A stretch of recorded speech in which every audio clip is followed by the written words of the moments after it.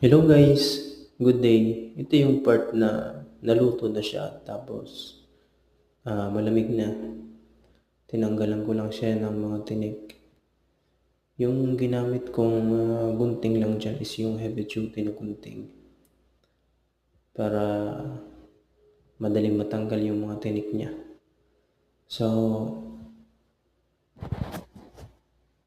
advice ko lang sa inyo guys na kung magtatanggal kayo ng tinik niyan is mag-ingat kayong masyado kasi matitilos, madaling makatusok yung mga tinik ng porcupine fish.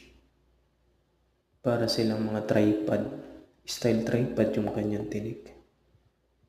Yung may mga lalaking tinik niya is nasa bandang buntot sa kanyang mga tail. Malaki yung mga tinik niya.